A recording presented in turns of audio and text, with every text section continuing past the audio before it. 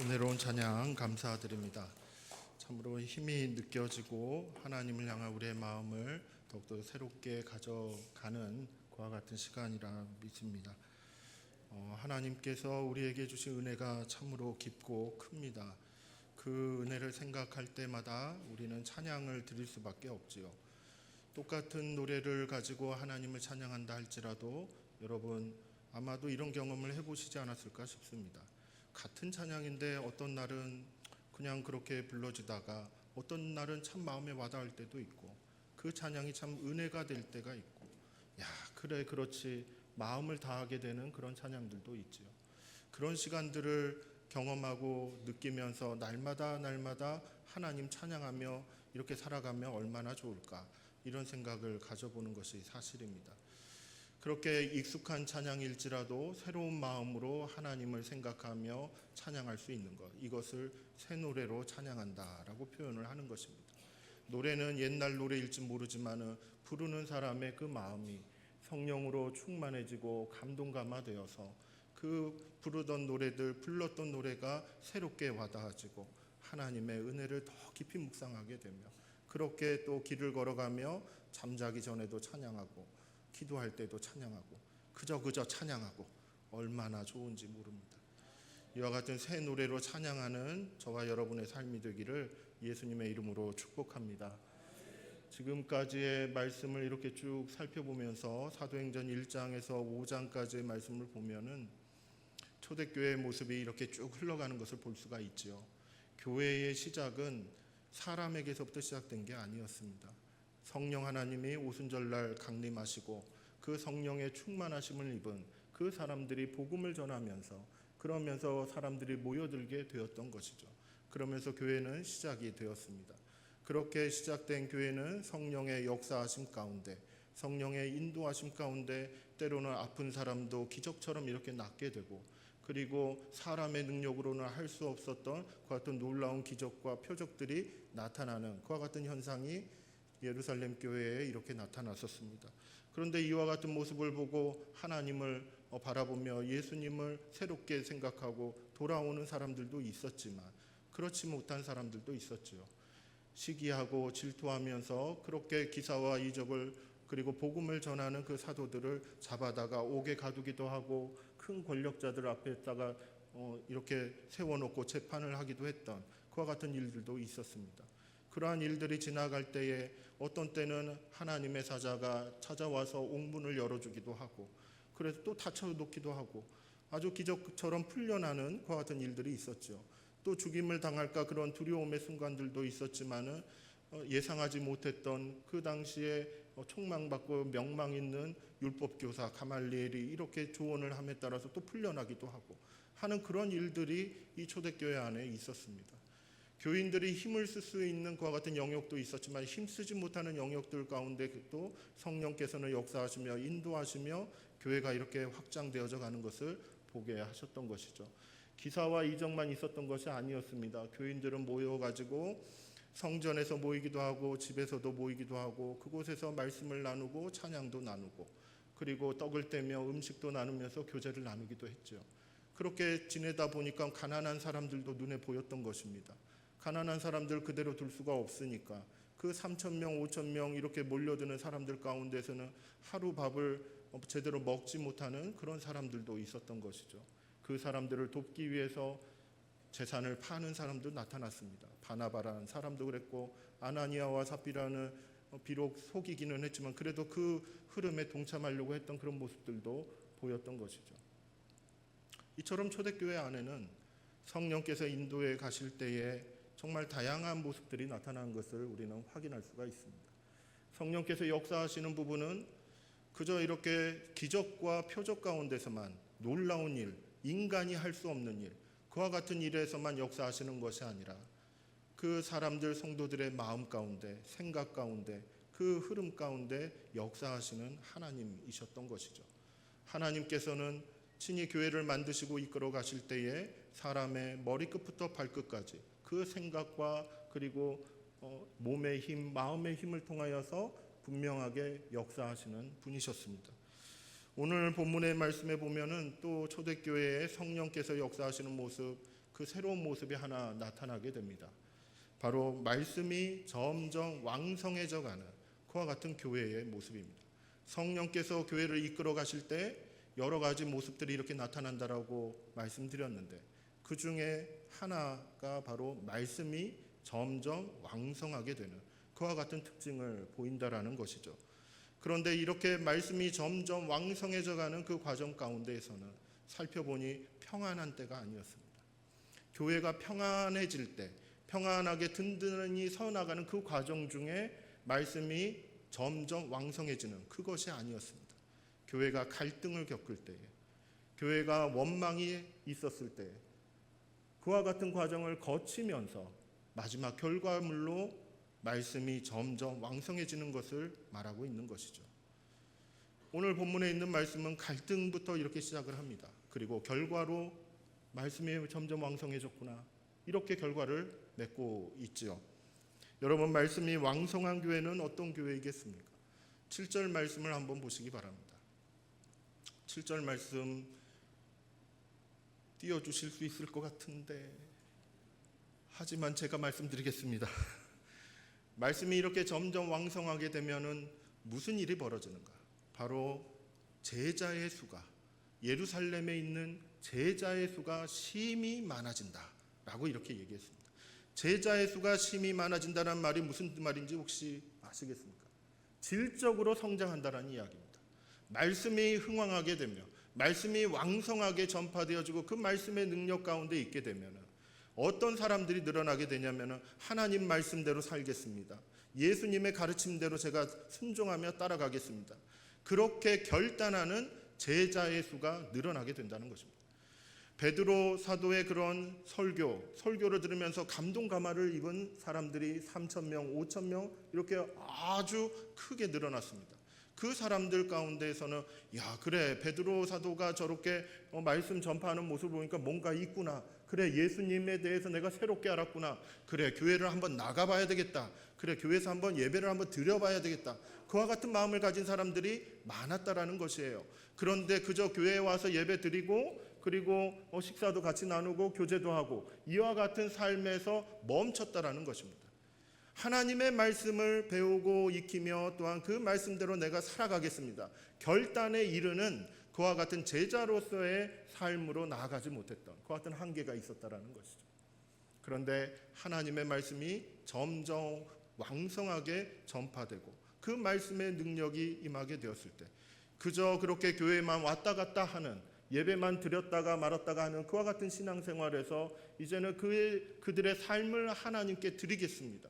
하나님의 말씀에 맞추어서 살겠습니다 라는 그 제자의 수가 심히 많아지게 되었다라는 그와 같은 변화로 이어졌다라는 것이죠. 그리고 그와 같은 변화들 가운데 눈에 띄는 것은 허다한 제사장의 무리도 이 복음 앞에 순종하며 복종하며 걸어갔던 이러한 부분이 있다라는 것이죠. 아주 종교적인 이론으로 그리고 다른 가르침으로 그 이론적으로나 실천적으로나 똘똘 뭉쳤던 그와 같은 사람들이 바로 말씀이 점점 흥왕하게 되는 그 성령의 역사하심 가운데 이제는 그들의 가졌던 과거에 잘못 알았던 예수 그리스도, 그 예수 그리스도에 대한 자신들의 잘못을 인정하고 회개하며 그들의 삶을 그 복음 앞에 드리기로 작정하는 그와 같은 변화가 나타났다는 것입니다. 성령께서 이끌어 가시는 그와 같은 교회는, 성령께서 역사하시는 그와 같은 교회는 제자의 수가 많아지는 교회인 것입니다. 성령께서 이끌어 가시는 그 교회에서는 세상의 여러 가지 지식과 이론과 실천과 경험과 연륜을 똘똘 뭉쳤던 그와 같은 사람들이 바로 하나님의 말씀 앞에 그리고 주의 복음 앞에 자신의 모든 것을 내려놓고 그 삶을 드리는 그와 같은 변화가 일어나게 되는 것이죠. 여러분, 이와 같은 변화가 어떻게 가능해질 수 있을까? 말씀이 점점 왕성해져 가는 그 과정들을 좀 살펴보면은 평안한 것 같은 과정이 아니었다라고 얘기를 드렸습니다. 그 내용이 1절 말씀에 나오기는 해요. 근데 그 1절 말씀의 내용을 보면은 우리가 간략하게 이렇게 말할 수 있습니다. 1절 말씀을 우리가 한번 좀 보면은 이러한 내용이 있죠. 헬라파 유대인들이 자기 과부들이 매일의 구제에 빠짐으로 히브리파 사람을 원망하니라고 이렇게 원망이 있었다라는 것입니다. 여러분, 예루살렘 교회는 하나의 공동체가 아니었습니다. 하나 되는 공동체가 아니었고요. 3,000명, 5,000명 이렇게 몰려드는 그 상황 가운데에서는 그 예루살렘 성에서 오랫동안 어려서부터 꾸준하게 자라온 유대인들이 많이 있었습니다. 그리고 그 그룹 가운데서는 어떤 사람들이 있었냐면 포로기 때라든지 아니면 그 중간기라고 말할 수 있는 그 시절 가운데 외국으로 이렇게 흩어졌던 시리아 지역, 바벨론 지역, 그 주변 국가에 흩어졌던 살았던 그런 디아스포라 유대인들이 많이 있었어요. 그 사람들이 그 땅에서 예수의 소식을 듣고 이제 고향으로 돌아오는 것입니다. 그리고 고향 땅에 와서 살아가고 있는데 문제는 뭐냐면은 이들 가운데는 가난한 사람들이 많았던 것입니다. 하루 벌어서 하루 먹고 살아가는 그 같은 사람들이 많았던 것이에요. 그래서 교회가 도와주지 않으면은 매일매일 굶고 살 수밖에 없는 그와 같은 사람들이 많았던 것이죠. 상대적으로 히브리파 유대인이라고 할 수 있는 예루살렘 성에서 오랫동안 살았던 그 사람들 삶의 터전이 이미 마련이 돼 있잖아요. 그렇기 때문에 어느 정도 살 국리들은 있었다라는 것이죠. 하지만 헬라파 유대인들은 외국 땅에서 살다가 국내로 이제 들어온 것이죠. 그러다 보니 이 땅에는 남아있는 것이 없었던 것입니다. 그러니까 이들을 도와야 되는 그와 같은 사명이 이 교회 안에 있었던 것이에요. 그런데 문제가 발생한 것입니다. 매일매일 도시락을 나눠주듯이 먹을 것을 나눠주듯이 그렇게 구제하고 그렇게 하는 그 모든 사역들 가운데 갈등이 싹트기 시작하는 것입니다. 원망이 싹트기 시작하는 것입니다. 왜냐하면 그것을 주관을 했던 사람들이 바로 12사도였습니다. 12사도가 그러한 구제하는 사역에 이렇게 마음을 다하고 그렇게 힘을 쓰다 보니까 문제가 발생했던 거예요. 왜냐하면 말씀도 연구해야죠. 전해야죠. 구제 사역도 해야 되죠. 행정관리도 해야 되죠. 근데 이게 어디에 1명, 2명, 10명, 100명 수준입니까? 몇천 명이나 되는 그 교인들을 관리를 해야 되는 것이었어요. 그 일을 감당을 하려다 보니까 행정적으로 실수가 나타나기 시작하는 것입니다. 어느 한쪽이 빠지기 시작하는 것이에요.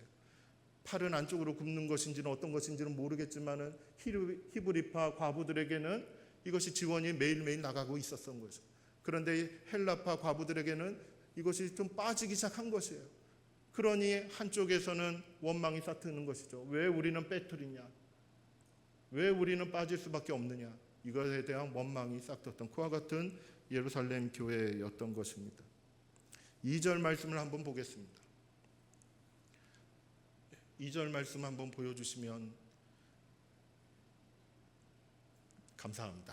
우리 한번 같이 읽어보겠습니다. 시작.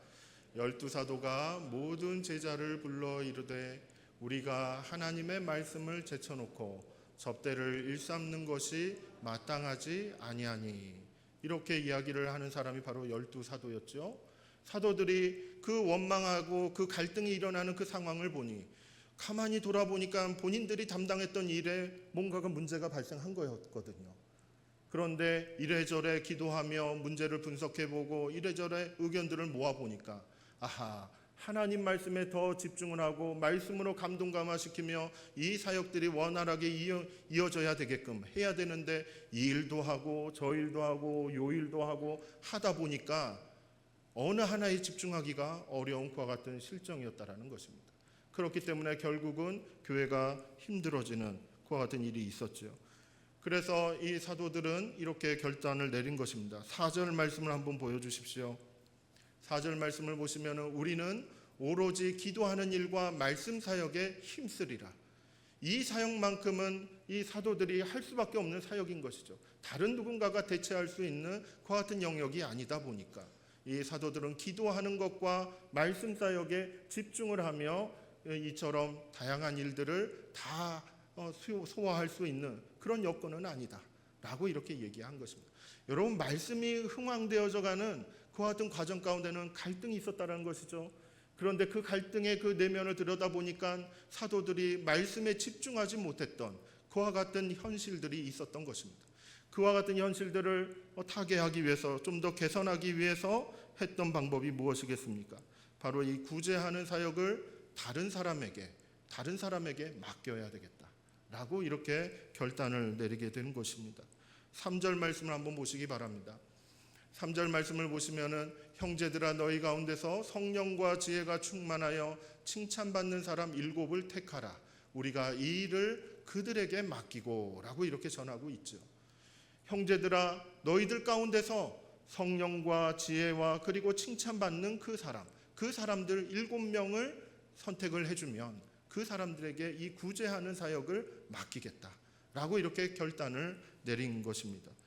여러분, 이 모습을 보면은 다른 사람을 세움으로써 구제하는 사역을 이렇게 쭉 이어나감과 동시에 그리고 말씀 사역 그리고 기도하는 일에 좀 더 매진하며 그 말씀으로 감동 감화시키는 일들에 더욱더 효과를 내고 거기에 하나님의 역사가 나타날 수 있도록 헌신하겠다라는 그런 사도들의 결단이었던 것이죠. 다만 누구를 세울 것이냐, 어떤 사람을 세울 것이냐, 여기에 대해 자격 요건을 제시하는 것을 볼 수가 있습니다. 성령과 지혜가 충만한 사람인 것이죠. 성령으로 충만하다는 말은 무슨 말이겠습니까? 영적으로 하나님과 소통하며 하나님의 말씀대로 그 기준을 삼고 사역에 임할 수 있는 사람을 얘기하는 것입니다. 지혜가 충만하다는 말은 무슨 말이겠습니까? 이 사역에 적절한 지식과 어떤 기술들을 가지는 것이죠. 나름대로의 그런 전문성을 얘기한다고 볼 수 있습니다. 어떠한 현실 가운데에서 거기에 적용할 수 있는 어떤 지식과 기술들을 갖추고 있는 그 사람을 선택해야 된다는 것이죠. 그리고 칭찬받는 사람이란 것은 무엇을 말하겠습니까? 주변에 있어서 인정을 받는 사람인 것이죠. 그 인성적인 면이나 성품상에 또한 그동안의 신앙생활에 이와 같은 부분을 통해 인정을 받는 그 사람이 세워질 필요가 있다. 그와 같은 사람이 이 구제하는 사역에 참여할 수 있다라고 그 기준을 마련을 해놓은 것입니다. 여러분, 영성을 가진 사람, 전문성을 가진 사람, 그리고 인성을 가진 사람, 그 측면에서 인정을 받은 그 사람이 하나님 그 교회의 여러 가지 사역들을 감당할 수 있었다라는 것이죠. 말씀이 점점 왕성해져가는 그와 같은 과정 가운데는 이처럼 성령 충만한 봉사자들이 1명, 2명씩 이렇게 늘어나고 있었다라는 것입니다. 이것이 같이 일어났던 것입니다. 말씀만 왕성해진 게 아니었던 것이에요. 이것이 함께 갔던 것을 볼 수가 있습니다. 저는 이 내용을 묵상을 하다 보면은 우리 교회에서는 아직 못 들었지만은 전에 있던 교회에서 들은 하나의 그런 이야기가 있습니다. 못해요. 저는 못해요. 11월만 되면은 이런 소리가 들려오던 때가 있었어요. 내년에 이거 못하겠어요. 목사님 어떡해요? 그럼 저는 뭐라고 하겠습니까? 더 하세요.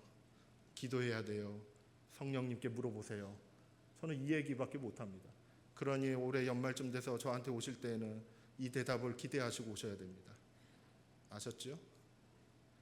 그런데 가만 생각해 보면은 못해요. 저도 이해가 되는 면이 있어요. 왜냐하면 저도 못해요. 이런 생각이 들 때가 있거든요. 제가 대학교를 다녔던 시절입니다. 1993년도, 4년도 이때였는데 이쯤 되면 또 제 나이가 또 밝혀지는데 아무튼 94년도에 하나의 책을 한 권 읽은 바가 있습니다. 하일성 목사님이란 분이 목사 되어가기라는 그런 책을 쓰셨어요. 그 책이 저도 한번 문득 생각이 나서 찾아봤더니 이게 책이 사라졌어요. 몇 번 이사를 하면서 아마 분실이 된 것 같습니다. 지금은 품절이 돼가지고 볼 수도 없는 그와 같은 책인데 그 책을 읽을 때 제가 깨달았던 것만 좀 남아 있습니다. 목사 되어가기라는 그 책은 이분이 부목사 시절에 부목사 안수받고 난 다음에 부목사 생활을 이렇게 하면서 매일매일 일기처럼 본인이 목사로서 사역에 감당하면서 느꼈던 점들을 이렇게 다 적어놓은 것을 책으로 이렇게 엮어놓은 것입니다. 그 신학생 시절에 제가 그 책을 읽으면서 이걸 하나 깨달은 게 하나 이거였어요. 목사가 된다라는 것은 완성돼서 목사 안수를 받는 것이 아니구나. 그 생각을 가졌어요. 안수를 받고 난 다음에 그 다음부터 목사가 되어가는구나. 그리고 이것이 평생 가는 거구나. 이런 생각을 좀 가지게 됐었습니다. 근데 이쯤 생각하고 나니까 누가 생각이 났냐면 아브라함이 생각이 나는 거예요. 여러분, 아브라함이 하나님께로부터 부르심을 받았을 때가 75세였습니다. 그 75세 때 하나님께로부터 복이 될지라 이와 같은 축복의 말씀을 들으면서 비전을 가지면서 이제 가나안 땅으로 움직이기 시작하지 않습니까? 그런데 그때 이 아브라함의 모습이 그 믿음이 완성된 믿음이었습니까? 아니었다라는 거예요. 그 이후에 25년 쭉 한 50년 이렇게 쭉 지나가면서 이 아브라함이 그 아들 이삭을 얻는 과정 중에서도 얼마나 많은 실수를 이렇게 저지르게 됩니까? 그리고 모리아산에서 아들 이삭을 드리는 그때서야 비로소 완성된 믿음, 온전하게 하나님을 믿고 하나님을 의지하는 그 믿음의 모습을 하나님께 이렇게 보여드렸던 것을 우리는 확인할 수가 있죠. 그러니까 시작하는 그 시점에 완성된 모습으로 시작하지 않았다라는 것입니다. 제자들도 마찬가지지 않겠습니까? 예수님께서 베드로를 부르셨을 때 베드로가 처음에 느꼈던 건 무엇이었습니까? 나는 죄인입니다 였습니다. 나를 떠나소서였어요.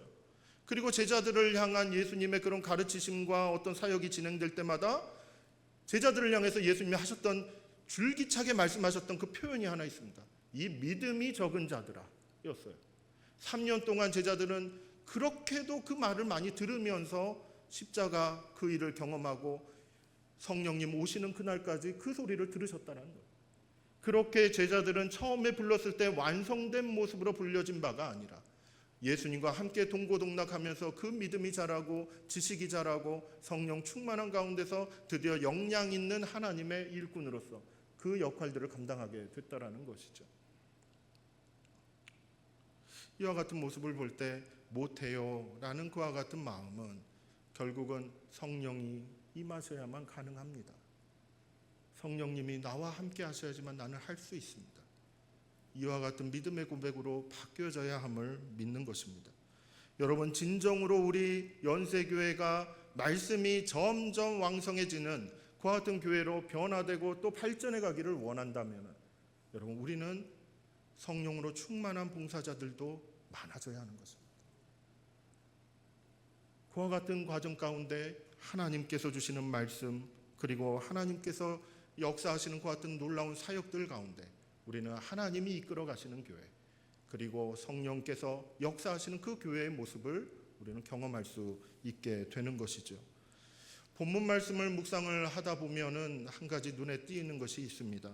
그것은 봉사자들을 이렇게 선발해가는 그와 같은 과정들 가운데 그 과정이 참 민주적이다라는 그와 같은 느낌을 갖게 한다라는 것이죠. 아까 읽어보았던 3절 말씀에 보면은 형제들아 라고 부르면서 너희 가운데에서 이렇게 성령과 지혜가 충만하고 칭찬을 받는 사람 7을 뭐라고 했죠? 택하라 라고 했어요. 너희들 가운데 너희들이 택해야 된다라고 사도들이 이야기를 해요. 이것은 묵상을 하면은 교회를 운영해 갈 때에 과연 어떤 방식으로 운영을 할 것인가, 어떻게 봉사자들이 세워져야 할 것인가, 이와 같은 방법들을 논의할 때 민주적인 방법, 어느 누군가가 중앙에 권력을 쥔 사람이 또는 힘이 있는 사람이 몇몇이 의기투합해가지고 누구누구를 이렇게 지정하는 그와 같은 방식이 아니라 함께 기도하고 함께 성령의 인도하심을 구하면서 그 안에서 한 명 한 명 선발해 나아가는 그와 같은 방식, 이것을 성령께서 이끌어 가신다라는 것입니다. 성령 충만한 교회는 독단적인 방식으로 일을 추진하지 않는 것이죠. 충분히 많은 이들과 의견들을 공유하는 그와 같은 자리가 마련이 돼 있는 것입니다. 그 의견들이 반영이 되고 그리고 그렇게 수렴이 되어서 한 걸음씩 걸어 나가는 것이죠. 어떻게 보면은 긴급한 일일수록 책임이 큰 사람들의 결정이 더 있을 수 있겠습니다. 하지만은 이렇게 한 걸음 한 걸음 걸어 나갈 때 성령께서 이끌어 가시는 것을 우리가 주목해 본다면 내 의견뿐만이 아니라 그 당사자의 의견 그리고 옆에 있는 우리 성도들의 의견이 중요하다라는 것을 깨닫게 되는 것입니다. 여러분, 성령으로 충만하다라는 것은 영적인 경험만을 이야기하는 것이 아닌 것입니다. 기사와 표적이 나타나는 현장, 성령께서 역사하십니다. 아멘. 그렇지요. 그런데 그것만이 있는 것이 아니라는 것이죠.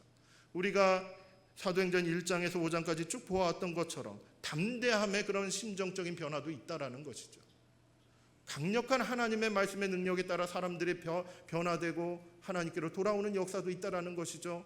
그처럼 성령의 역사는 영적인 측면을 떠나가서 어떻게 보면 사람의 마음의 변화, 이와 같은 것에서도 나타나는 것입니다.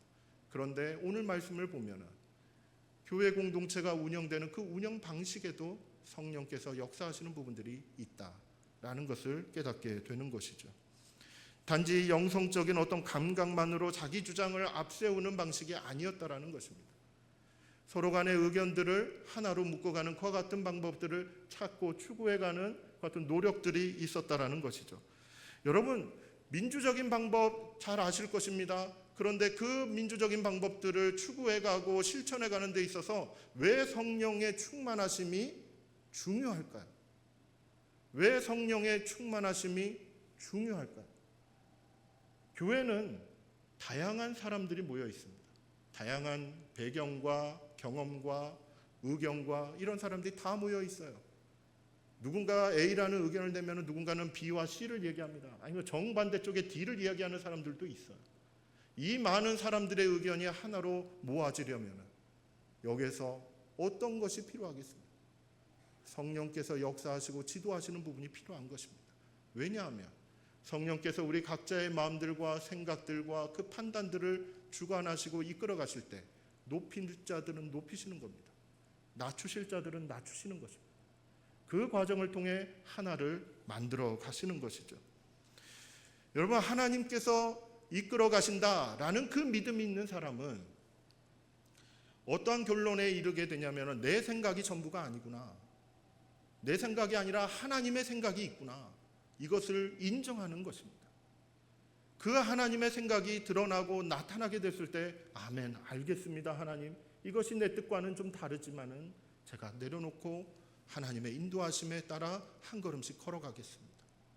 이것을 순종하며 걸어가는 그 모습. 그렇기 때문에 성령의 충만하심이 이 민주적인 방식을 통해 나타날 때 반드시 있어져야 하는 것이죠. 아니면 갈등하게 되는 것입니다.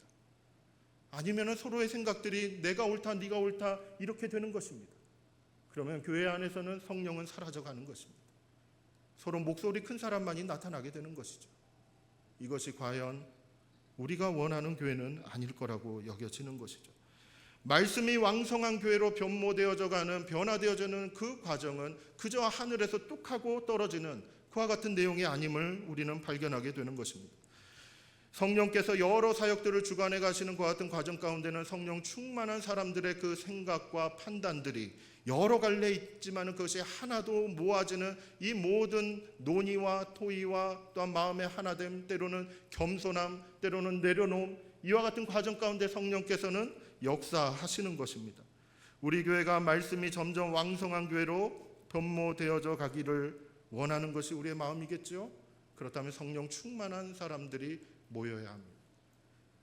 달리 말해서 내 자신이 성령으로 충만하기를 매일매일 구해야 하는 것입니다.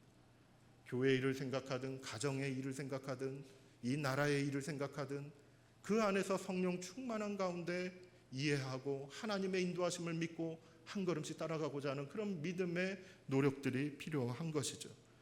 그래서 다양한 의견이 하나가 되는 과정, 때로는 힘들고 더디고 괴로운 부분도 있지만은 그저 성령께서 가르쳐 주십시오. 성령께서 인도해 주십시오. 성령께서 지도해 주십시오. 이것을 구하며 내 자신을 내려놓는 그와 같은 훈련들이 필요한 것입니다. 여러분, 이와 같은 모습이 가장 잘 드러나는 한 가지 대목이 오늘 본문에 나타납니다. 5절 말씀을 한번 보십시오. 5절 말씀을 보시면은 사람 이름이 7사람의 이름이 이렇게 쭉 나오죠. 스데반과 또 빌립과 브로고로와 니가노르와 디몬과 바메나와 유대교에 입교했던 안디옥 사람 니골라, 이 사람이 7집사님들입니다. 초대교회 예루살렘 교회에서 세운 최초의 7집사라고 얘기하죠. 이분들이 구제 사역을 담당을 했었어요. 이 중에 스데반과 빌립은 특별한 그런 영적인 능력과 그런 어떠한 기사와 이적을 나타낼 수도 있는 그와 같은 성령 충만한 그와 같은 사람들이기도 했습니다. 근데 이 사람들의 이름을 보면은 다 헬라어예요. 히브리어가 아닙니다. 그 말은 무슨 말이냐면 선발을 했잖아요. 선발을 했는데 7명 전부 다 헬라파 유대인 사람들이 다 뽑힌 거예요. 히브리파 사람들은 무엇을 생각을 했을까요? 아니, 어떻게 한쪽으로 다 몰릴 수 있어? 이런 얘기 나타나지 않을까요? 어떻게 그와 같은 일들이 있을 수가 있지? 그래도 우리 쪽 사람이 한 명쯤은 들어가 있어야 되는 거 아니야? 이런 생각이 들 수도 있는 것이죠. 나타난 결과가 어쩌면 자신의 입장과 어떤 생각과 어떤 상식과 벗어나는 부분들이 있을 수도 있다는 것입니다. 그런데 오늘 본문에 있는 말씀을 보십시오. 히브리파 유대인들 그 사람들이 무슨 반언을 합니까? 어떤 공격을 합니까? 반기를 들고 있습니까? 그렇지 않다라는 거예요. 하나님이 인도하시는구나. 하나님께서 이 모든 과정 가운데 역사하시는구나. 이것을 믿는 믿음은 그 결과에 대해서 때로는 내 생각과 다른 결과가 나타난다 할지라도 하나님이 알아서 인도하시겠지. 여기에 믿음으로 화답하게 되는 것입니다. 교회는 성령을 통해 하나님께서 인도하신다라는 걸 믿고 의지하며 내 생각을 내려놓고 다른 결정이 난다 할지라도 이것을 따라가는 사람들의 모임임을 기억하시기를 바랍니다. 말씀이 왕성한 교회로 성장하는 과정 가운데는 이처럼 포용성이 점점 넓혀져가는 변화가 나타나게 되는 것입니다. 그저 뚝하고 말씀이 왕성해진다, 말씀 좋다, 이 차원이 아니라는 것입니다. 봉사자도 늘어나는 것입니다. 나와 다른 의견을 가진 사람들도 내가 품을 수 있는 그 마음의 넓이들도 넓혀져가는 그와 같은 일이 있게 된다는 것, 이것을 우리가 기억하며 하나님의 인도하심을 구해야 될 줄로 믿습니다.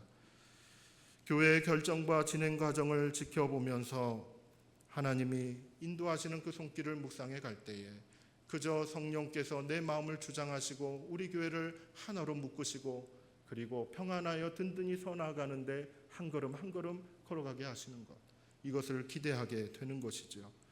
성령님께서 주시는 마음을 사모하시기를 바랍니다. 이전보다 더 넓어진 마음, 이전보다 더 포용할 수 있는 마음을 기대하시고 성령님께 구하시기를 바랍니다.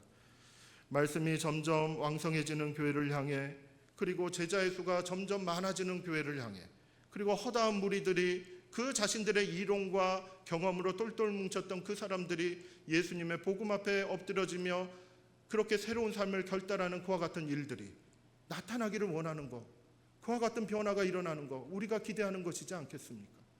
이와 같은 기대, 또한 이와 같은 교회로 변화되려면 성령의 충만한 일꾼들이 더 많아지는 것을 기대하시며 또한 기도하시며 따라가시기를 바랍니다. 그리고 때로는 내 자신을 내려놓는 시간들, 그리고 하나님께서 그래 이렇게도 인도하실 수도 있구나, 주님께서 인도하시니 주님께 모든 것을 맡깁니다. 하나님의 뜻에 맡기는 그와 같은 믿음들, 이 믿음을 회복하시기를 바랍니다. 우리 교회를 이끄시는 성령 하나님의 은혜와 도우심이 충만하며 또 우리의 앞날을 이끌어 가시는 귀한 그 인도하심이 충만하시기를 예수 그리스도의 이름으로 축복합니다.